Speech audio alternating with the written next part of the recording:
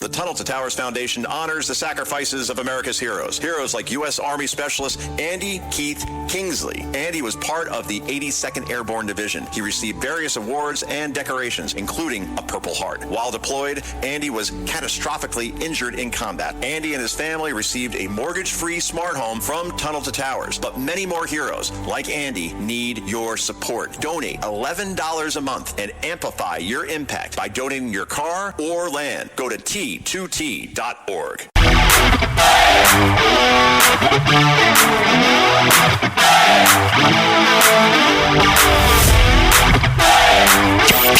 He's at war with woke. Joe Concha thinks liberals are a joke. Joe Concha. This is the Joe Concha Show, weekday edition, sponsored by the Tunnel to Towers Foundation. Here's Joe Concha.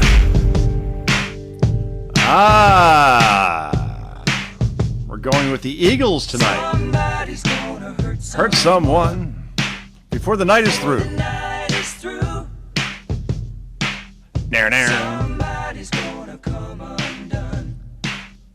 There's nothing we can do. All right. Let's fade out there, Kevin. I have a big problem with Rolling Stone on many levels because the Eagles, as a band, are ranked 75 on the top 100 greatest artists of all time by Rolling Stone. 75? Are you kidding me? This is a top 10 band all time. I'm losing my voice. I'm so upset about this. I mean, they sold more than 200 million records worldwide. 100 million in the U.S. You're ranking them 75? Who's ahead of them? Vanilla Ice? What the hell? I'm sorry. This is a top 10 band. And Glenn Frey, by the way, get over yourself. All right? I'm sorry Don Henley is the better lead singer. All right, people are going to get upset, the older folks that are out there listening right now. But you stay in the band. You make this work. Every great band I loved fell apart because of ego. Glenn Frey, for example.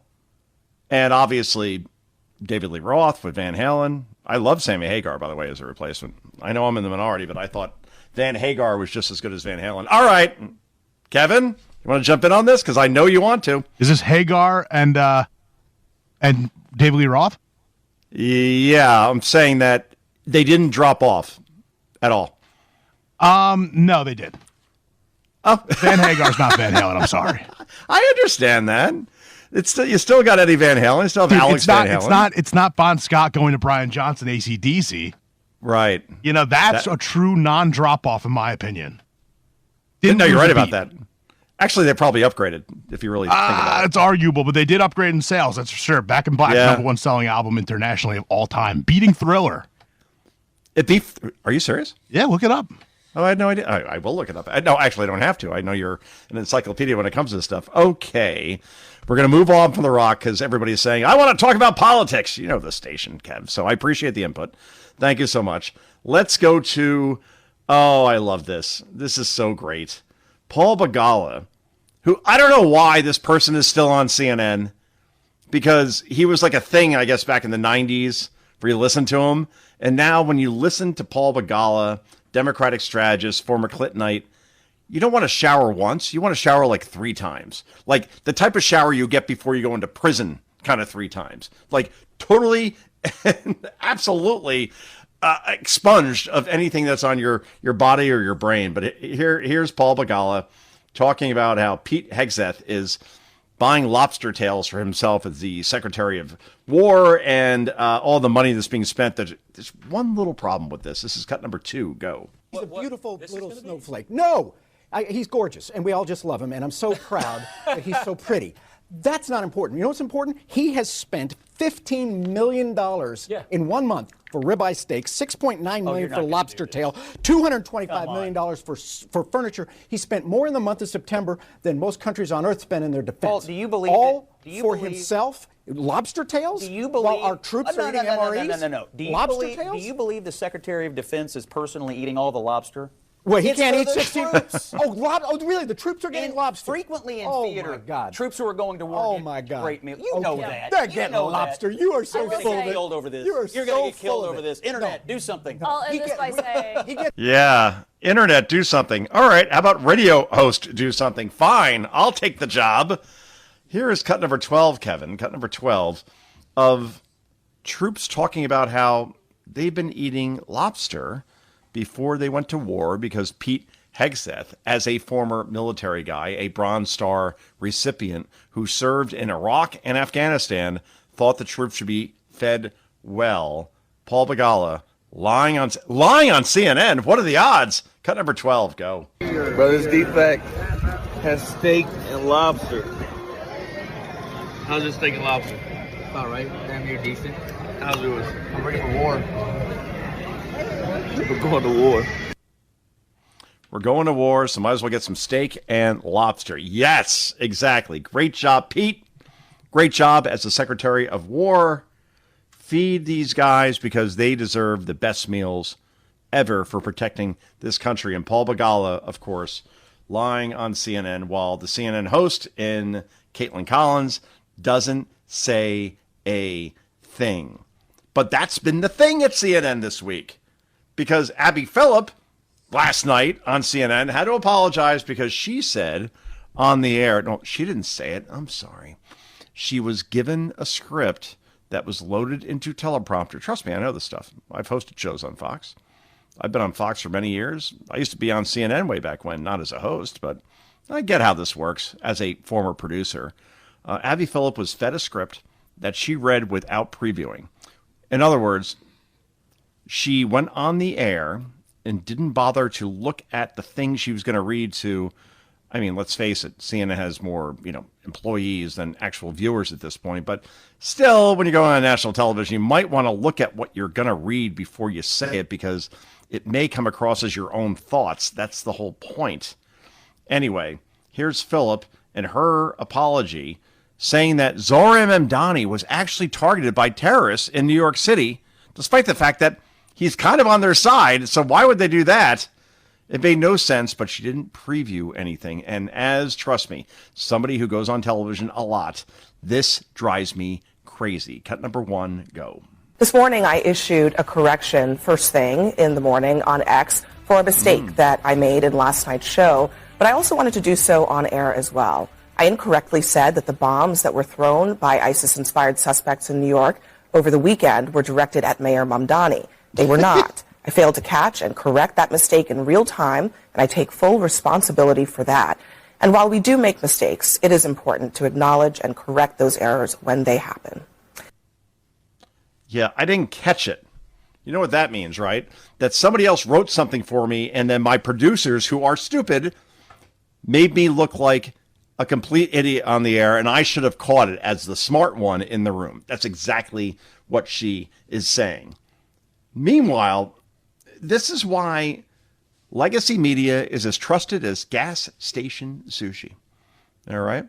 My phrase, not you, Senator Kennedy, who's going to be on the show soon, so I probably should be nice. But the point is that, seriously, you cannot trust these people because, again, when all these people have been retired, fired, or just decided they didn't want to do it anymore, most have been fired, whether we're talking about Jim Acosta or Don Lemon or Chuck Todd or Krista Liza or Terry Moran or Katie Couric.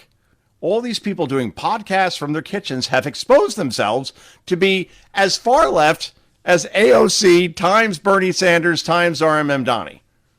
And all the while they would say, no, we're objective journalists, just speaking truth to power and whatevs. The point is that here is Adam Carolla going off on Katie Couric and all these people. And he says it better than I do because he's Adam. This is cut number 4. Go. Well, so Katie Couric, by the way, I will say, you know why? Because all these newscasters, because their whole thing, think about this. Just do the math, everybody. They're all fair and balanced, right down the middle, just calling balls and strikes. I don't bring my own politics in anything.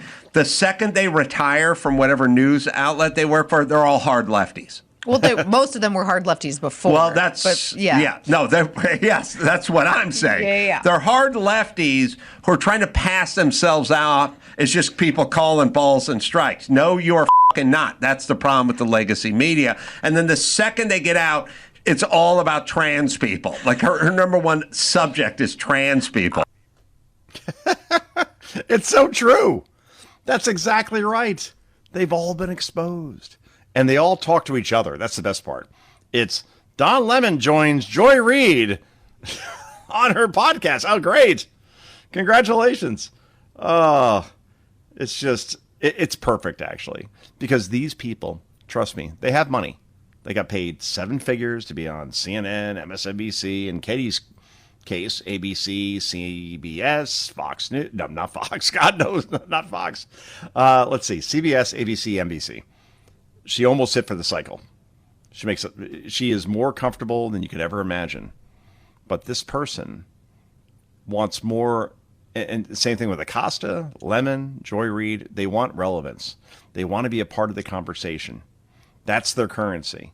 And they're not getting it because they're in this little echo chamber of online podcasts. And it's just not the same now, is it?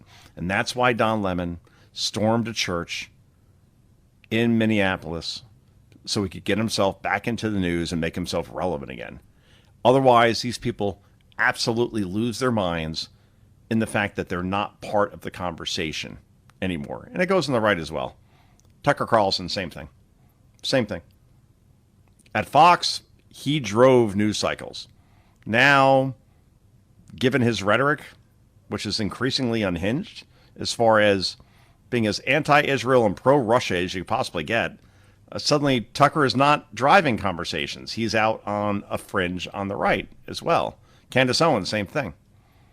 What she has said about Erica Kirk, a grieving widow, is some of the most horrible things that I could possibly imagine. And she just keeps doing it because these people are desperate for attention. And that's how it works. When you're driven off of major platforms, and you think you have a major platform on YouTube, and you can say, oh, well, look at my views on YouTube. It's not the same thing, and they know it, and we know it. That's certainly for sure. Anyway, let's lighten things up here for a moment, shall we? Dana Carvey does the most awesome impression of everybody. He did George H.W. Bush as well as anybody you'll ever see. But Joe Biden is a very close second as far as the impressions from Mr. Carvey, and here he is doing this on Bill Maher's show, and it's just absolutely perfect. Enough to qualify to play on this popular show. This is cut number 5. Go. The non sequitur Biden. This was the guy that was running the country. And guess what? And by the way, the fact of the matter is, I'm being serious here. Come on, get your facts straight, Jack. Okay, that's it. And scene. It is almost like haiku. Right? It really is. No, he literally said, guess what? I know. And by the way, the fact of the matter is. But the rhythm of it. The rhythm of it. That's what your comedy detector is so amazing at. Exactly. I mean, that's really, really good stuff from Dana Carvey, who does not age, by the way. You look at him, you're like, wow, that's the same guy from Wayne's World. From, I don't know. Let's see, Wayne's World was 1992, I believe. That was, let's see, my first spring break in Panama City, Florida. Yeah, 92. And you look at the guy, you're like, wow, you don't age. That's the way things are now. The Devil Wears Prada has a sequel that's coming out.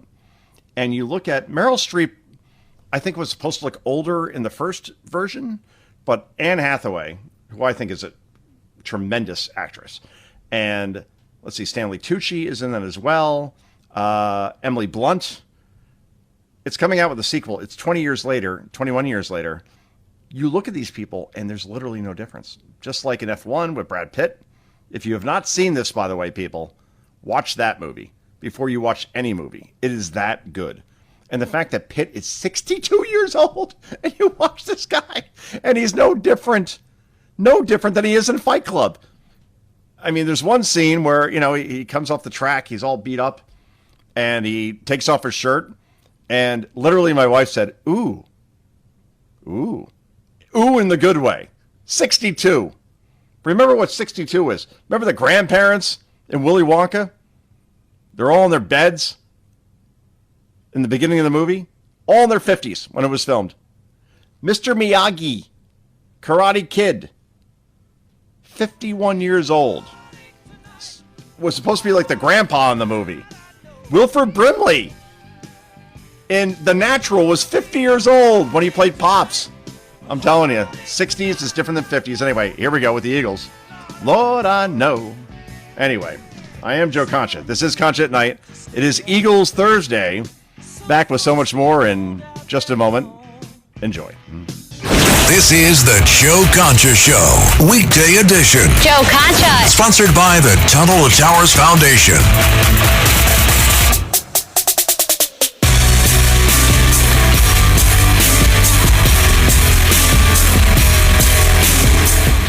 The Tunnel to Towers Foundation honors the sacrifices of America's heroes. Heroes like U.S. Army Specialist Andy Keith Kingsley. Andy was part of the 82nd Airborne Division. He received various awards and decorations, including a Purple Heart. While deployed, Andy was catastrophically injured in combat. Andy and his family received a mortgage-free smart home from Tunnel to Towers. But many more heroes, like Andy, need your support. Donate $11 a month and amplify your impact by donating your car or land. Go to T2T.org. The Tunnel to Towers Foundation honors the sacrifices of America's heroes. Heroes like U.S. Army Specialist Andy Keith Kingsley. Andy was part of the 82nd Airborne Division. He received various awards and decorations, including a Purple Heart. While deployed, Andy was catastrophically injured in combat. Andy and his family received a mortgage-free smart home from Tunnel to Towers. But many more heroes, like Andy, need your support. Donate $11 a month and amplify your impact by donating your car or land. Go to T2T.org.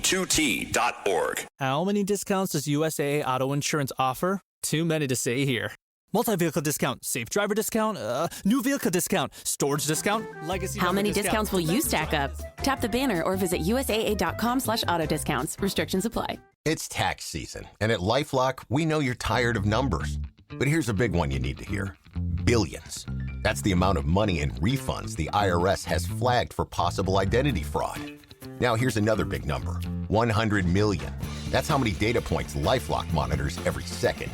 If your identity is stolen, we'll fix it guaranteed. One last big number, save up to 40% your first year. Visit lifelock.com/podcast for the threats you can't control. Terms apply.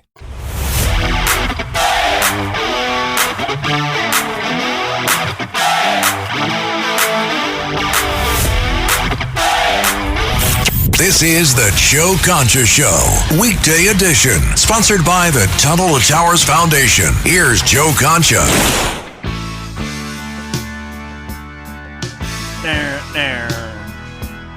I can't believe you, Rolling Stone. You're going to say that the Eagles are the 75th most popular band of all time? It's top 10, I'm sorry. And Hotel California, by the way. 1.5 billion Spotify streams. All right, it's you want to say it's a top 5 song of all time, rock and roll? Yeah, it is. You're going to rank them 75? They wouldn't make the NCAA tournament in basketball at 75. Screw you, Rolling Stone. I'm very upset about this. Anyway, Bill Burr had this great stand-up. So good, it qualifies for this show. This is on white women hijacking the woke movement, and it's absolutely perfect. Cut number 3, go. I got to tell you, the way white women somehow hijack the woke movement, generals around the world should be analyzing this. The woke movement was supposed to be about people of color, and it was about that for about 8 seconds. And then somehow, white women swung their Gucci-booted feet over the fence of oppression and stuck themselves at the front of the line. My leg is so hurt with my SUV and my heated seats. You have no idea what it's like to be me. Trash and white guys. The nerve. Where's the camera? The nerve of you white women. You guys stood by us toxic white males through centuries of our crimes against humanity. And occasionally, when you wanted to sneak off and hook up with a black dude, if you got caught, you said it wasn't consensual. Oh. Yeah. That's what you did. So why don't you shut up, sit down next to me, and take your talking to?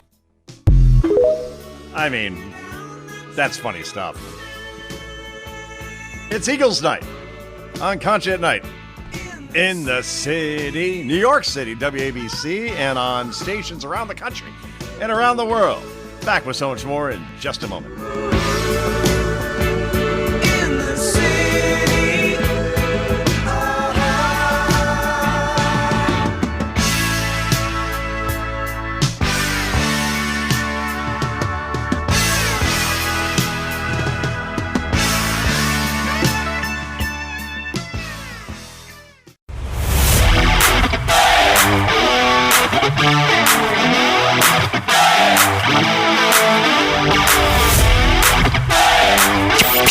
He's at war with woke. Joe Concha thinks liberals are a joke. Joe Concha. This is the Joe Concha Show, weekday edition, sponsored by the Tunnel to Towers Foundation. Here's Joe Concha. Yeah, see, I hate hearing this stuff.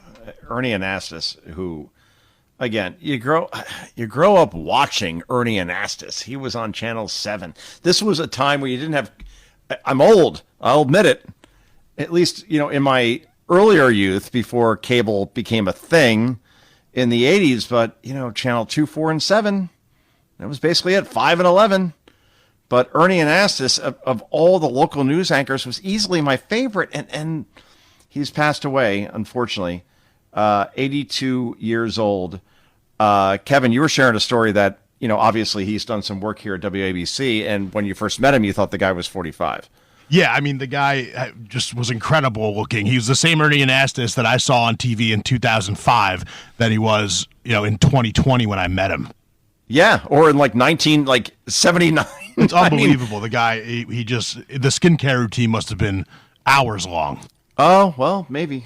But I think the bottom line is that I never met him, but people that have worked with him says that he's just a happy guy who loves his life and loved his job. Were you able to work with him at all? Yeah, I produced his show here on the weekend for a bit, and hands down, one of the nicest people I've ever not only worked with, but have met in my entire life. Which is hard to find in this business, right? I mean, there's a lot of divas and a lot of a-holes like me, but, Ernie Anastas, obviously, this is just a guy who loved to tell stories, and whether it be reporting the news or whether it be talking on the radio like he did here later in his career, it's just a shame to hear that Ernie Anastas has passed away at 82. Thank you, Kevin, for the input.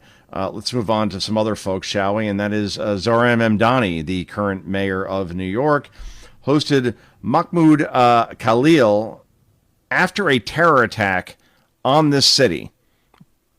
A potential terror attack, because fortunately no one died, thanks to very brave NYPD officers, and including one chief that jumped over a barrier and ran towards a guy who was trying to light a bomb.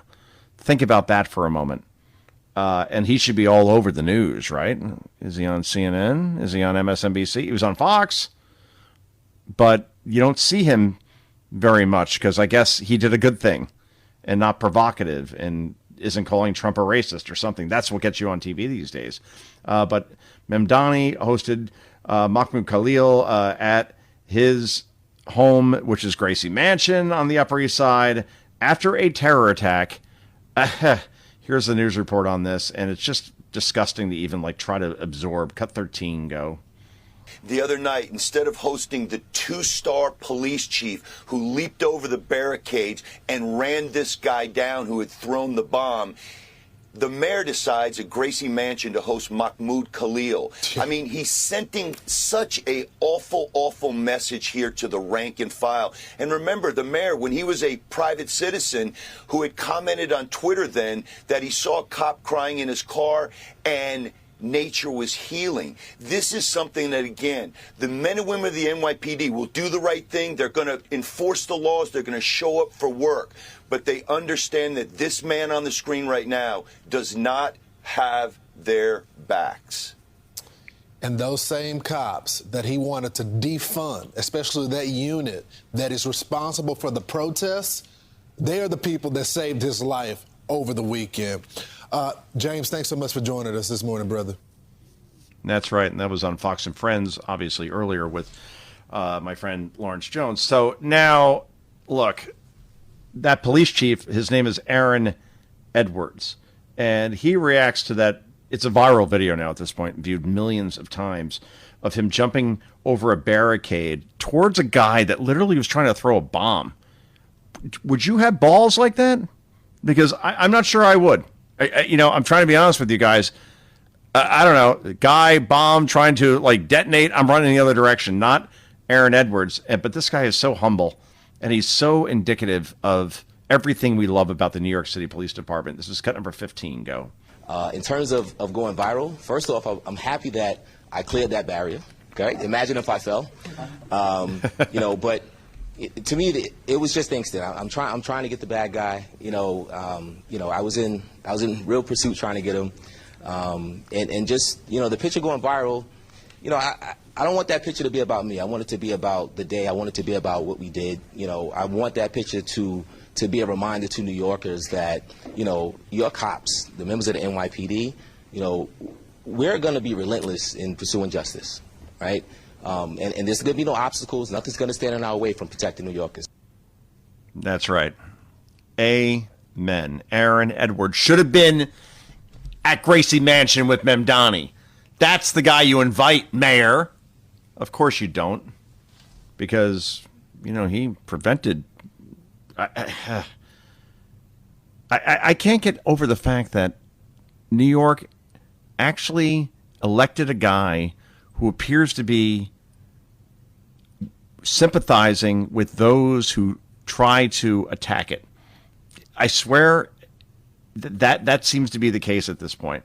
I know others on this radio station, they're all friends of mine, have said things that are far more pointed in this regard. But I have really a big problem in disagreeing with them at this point, because they're right. What side are you on, Zora Memdani? Seriously. What side are you on? Who do you support? And the fact that you would have Mahmoud Khalid the day after a terror attack at Gracie Mansion, you were trying to send a message. And we get the message now at this point. Anyway, here is Bill O'Reilly, who was on Bill Maher's show, talking about, and this is great because he actually, mid-segment, which is hard to do, convinces Maher that his argument is right, that there are people by the hundreds of thousands moving out of New York City in order to escape the Memdani regime and obviously de Blasio before that. But either way, when you could work from anywhere you want at any time, you can move anywhere now at this point. It used to be you have to be at a desk in New York. Nope, not anymore, especially if you work in finance. I got several friends that have moved to other places and have much bigger homes than they could possibly afford around here. And they're infinitely happier, and they have the same job they did because you could work from anywhere at this point. Anyway, here is O'Reilly with Bill Maher, and O'Reilly is so convincing that he convinces the host mid-segment that actually he's wrong on his particular argument. Cut number 7, go. Beach. We'll see if they move. I mean, you saw They're going to move. Well, look, they're already moving. Hold on, Bill Ackman No, threatened. they're not. Hold on. People say they're going to move all the time after elections. They don't do it. Bill Ackman said he was going to move. You know how many people moved out of New York City in the last 3 years? 600,000. They're moving. Yeah, they're moving. They've been moving from COVID. You know how many people moved out of your state, California? Oh, I know. No, Under Newsom? Yeah, no. People do move. A There's no million. doubt about that. People move in America, and you're right. No, but they're not moving because they want a better view. They like to keep more of their money that they earn. True. Yeah, that's true. Wow, and the crowd claps. They applaud O'Reilly. He won the argument in real time. Good job, Bill. Anyway, see, I love this clip here because there was a time when we had politicians that can make us laugh. And Trump makes us laugh all the time, don't get me wrong. But this is like quintessential Ronald Reagan, who out of nowhere tells a flower delivery joke. I stumbled upon this on social media. I'm like, I got to play this on the show because I think that you could really appreciate just what a great communicator Ronald Reagan was. And especially when it came to humor. This is cut number 8. You'll see what I mean. Go. Of course, mistakes do happen. There is the story of the fellow who ordered a bouquet of flowers to be sent to the opening of his friend's new branch office. When he got there, he was shocked to see flowers with the inscription, "Rest in Peace." He was so outraged that on the way home, he stopped at the florist to complain. And don't get so upset, the florist said. Just think of it this way. Today, someone in this city was buried beneath a flower arrangement with the inscription, "Good luck in your new location." See, that's funny. I like that stuff. And you don't see it coming, right? But compared to Carter, who was like watching paint dry as far as his oratory skills, and George H.W. Bush was exactly the most exciting guy in the world, and Bill Clinton was, Slick Willie, and that's fine. But Reagan, Trump, if you're looking for like pure entertainment and comedy, you got to love that. Also, in terms of entertainment, we have Senator John Kennedy, Republican, Louisiana, who just goes off here on Keir Starmer, who obviously is the guy running Great Britain these days. And it's so I just cannot get over the United Kingdom not allowing us to use their bases during the Iran war. After everything we've done for you, after we kicked your ass in 1776 to 1781, and then again in 1812 when you wanted a rematch, and after all that and all the support we've given you over the years, and Keir Starmer's like, sorry, you can't use our bases. Oh, man. We have more support from Oman, from the UAE, from Iraq, from Saudi Arabia, Jordan, from Arab countries than we actually do from the UK and France and Spain. As somebody who is half Spanish, that really hurts. But that's the way it goes. And here's Kennedy going off on Keir Starmer as he deserves, in only a way that John Kennedy can do it. This is cut number 11. Go. Of the United Kingdom. I do. I went to school there for a while. They're wonderful people. They deserve better than the government that they're being given right now. I don't mean any disrespect in saying this, but I'm not a big fan of the Prime Minister Starmer. The United Kingdom was founded by geniuses, but at the moment it's being run by idiots. I mean, he's great. And this is why his book has been on the New York Times bestseller list, I think, for 14 weeks. As somebody who is a New York Times bestseller myself, 14 weeks is really, really hard. I mean, that's some tough stuff there. So good for Kennedy, and he'll be on this show, I swear, according to his people, next week. So that will be quite fun. Let's see. Let's do one more clip before we go to break, shall we? And this is Joe Rogan going off on CNN's coverage of that IED attack, bombs literally being thrown by 2 ISIS sympathizers on the Upper East Side of Manhattan, trying to target, I guess, anti-Muslim protesters or something. Either way, Rogan, because his name's Joe, therefore he knows how to communicate better than anybody outside of Biden, of course. This is just perfect. Cut number 16, go. I'm sending you this one because the CNN one is, believe it or not, more preposterous. The CNN one is so kooky. You see their headline, you're like, what kind of story are you painting here? Like, this is such a crazy way to frame a guy showed up with bombs and was hurling them at people.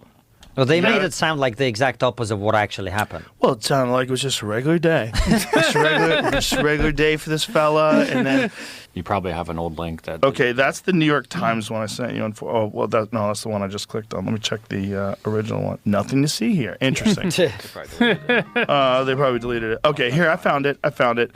2 Pennsylvania teenagers crossed into New York City Saturday morning for what could have been a normal day, enjoying the city during abnormally warm weather. But in less than an hour, their lives would drastically change as the pair would be arrested for throwing homemade bombs. Like, that is CNN's tweet. I'm going to send you a screenshot because I do believe they've taken it down. It's brilliant. Yep, nothing to see here yet. Yeah, they took it down. That's not a headline, though. That's, I guess, like No. I'm going to send you the actual tweet because they did take it down because it's so ridiculous. But the internet never forgets. I'm sending it to you here. Thank God I saved it. I took a screenshot because I'm like, this is such a crazy way to frame two guys wanting to do a terror attack. Yeah. But it's not an accident, Joe. It's not crazy. No. You know it's not crazy. No. Look how it's framed here. This is the original tweet. Two Pennsylvania teenagers, just regular fellas from PA, from Philly. Two Philly boys had a couple of cheesesteaks and then got on the train. Crossing New York City Saturday morning for what could have been a normal day, enjoying the city during abnormally warm weather. Why the did you even say that? Could have been a normal day if they weren't going there to commit terrorism. Exactly. 14 million people listen to Joe Rogan on a daily basis. And because, you know why? He's authentic. That's the whole trick in this business. Just be yourself, and everything's fine. Don't put on an act. Don't scream and yell when you actually aren't angry. Too much of that here. Not here, though, on Concha at Night, as we continue Eagles Night here on a Thursday night here in New York City on WABC and on stations around the country, around the world. Back with more. We wrap this puppy up in just a moment. This is the Joe Concha Show, weekday edition. Joe Concha. Sponsored by the Tunnel to Towers Foundation.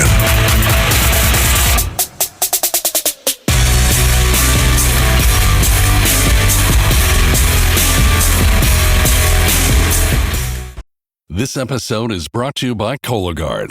If you recorded songs off the radio for a mixtape, it might be time to screen for colon cancer. The Cologuard test is non-invasive, requires no special prep or time off, and you start screening right from your home. It's just 3 simple steps: set up, sample, and ship. If you're 45 or older and at average risk, ask your doctor about the Cologuard test. Available by prescription only. Learn more or request a prescription at Cologuard.com/podcast. Hey everybody, welcome to your 30-second laughing session brought to you by The Laughing Cow. Ready to laugh? In 3, 2, 1, and... Okay! Great job, everybody! Now unpeel a wedge of The Laughing Cow Light Spreadable Cheese, a delicious snack with 2 grams of protein and 25 calories per wedge. Feels good to have a cow, huh?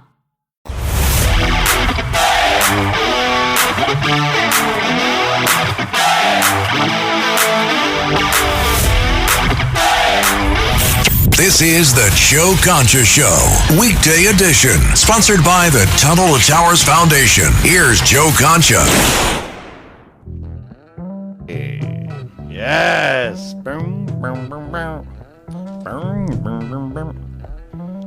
Rolling Stone, 75th best band of all time. How dare you? The Eagles are top 10. Sorry. Now, Kevin, who's your number one, if you had to pick one? Bands of all time? Yeah. Collectively, a band, probably Led Zeppelin.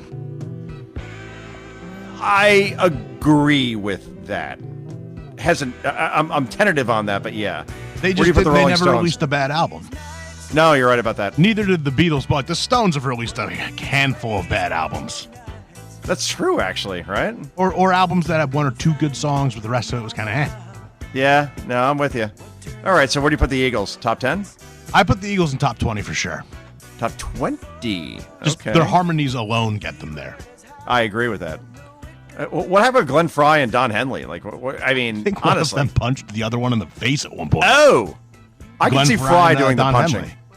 Really? It turned really ugly in like the late 70s, I think. It sounds like it. That's very late 70s. Okay. Thank you, Kevin. You know your stuff far better than I do when it comes to this sort of thing. Anyway, let's go to Chuck Schumer, shall we? Who, again, Chuck's got to retire. I mean, I just don't understand how this person is the leader of the Democratic Party right now. When you look at, like, rank, he is the minority leader in the Senate. And he's just so awkward. There's no other word that comes to mind but awkward when it comes to Chuck Schumer. And here we are in Cut 17 with an underscored example of that. Cut 17, go. Yes, but their bill isn't voter ID, number one. It is about voter registration. It allows ICE to kick tens of millions of people off the rolls. Wait, and what? they don't. Then you show up, you're not registered anymore. You're not registered here. You're not on the rolls. Oh, so what, Chuck, you support illegals voting? Because that's what that sounds like. Tens of millions of people, ICE, can kick off of voter rolls? Because at last check, that's not ICE's job anyway. Tens of millions. Wow. Again, the fact that this is an 85-15 issue in terms of 85% of people support voter ID when you're voting and 15% do not. Hey, don't take it from me. Let's go to CNN, shall we? Because, well, this is what they're saying, and this is CNN, mind you, the craptastic news network. Cut 14, go. Hey, what's the racial breakdown on this, right? Because I think a lot of people make the argument that people of color, non-white Americans, have a harder time procuring a photo ID to vote. But even here, take a look here. Favorite photo ID to vote. 85% of white people favor it. 82% of Latino. 76% of black Americans favor it. So the bottom line is this. Voter ID is not controversial in this country. A photo ID to vote is not controversial in this country. It is not controversial by party, and it is not controversial by race. The vast majority of Americans agree with Nicki Minaj that, in fact, you should have a photo ID to be able to vote. And if Nicki Minaj supports it, then gosh darn it, I do as well. And I'm so glad you joined us. 2 nights, back tomorrow night. Not one of these nights. Friday night, we're back at 9 p.m. Eastern Time on WABC and across the country, around the world. Until then, thank you, Don Henley. Thank Glenn Fry and everybody else from the Eagles. Not a top 75 band, a top 10 band, or 20 band in Kevin's case. I got 2 words for you before we go. Bye-bye. One of these nights.